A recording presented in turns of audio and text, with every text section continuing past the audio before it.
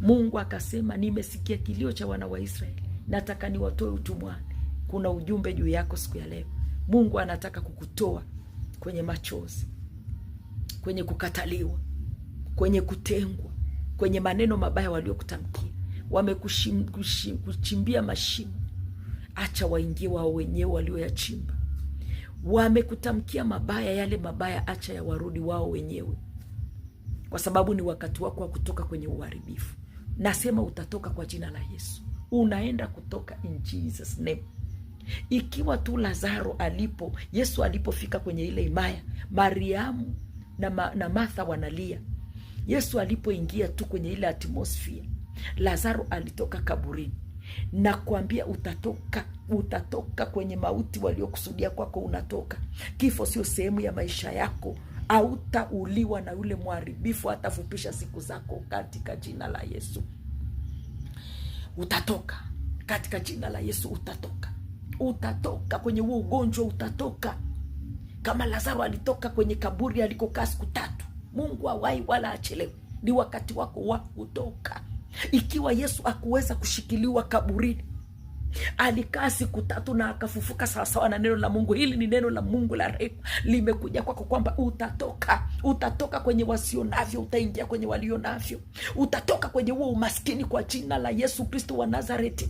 Amini mtoto wa Mungu, chukua hatua riko ya masita. Utatoka katika jina la Yesu. Utatoka.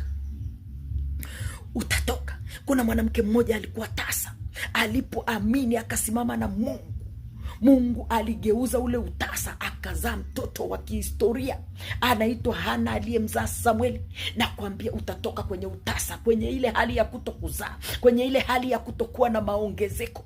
Ninakutabiria kwa jina la Yesu Kristo wa Nazareti. Huu ni unabii wako, na kuambia utatoka. Watoto wako watatoka kwenye maumivu, watatoka kwenye uharibifu, watatoka kwenye mabaya. Utatoka pale ambapo umesukumiwa, utatoka kwenye hiyo hali ya kukataliwa, ya kutengwa, utatoka kwa jina la Yesu. Unaenda kutoka rika ya masata ya monde moshete. Utatoka in Jesus name. Utatoka.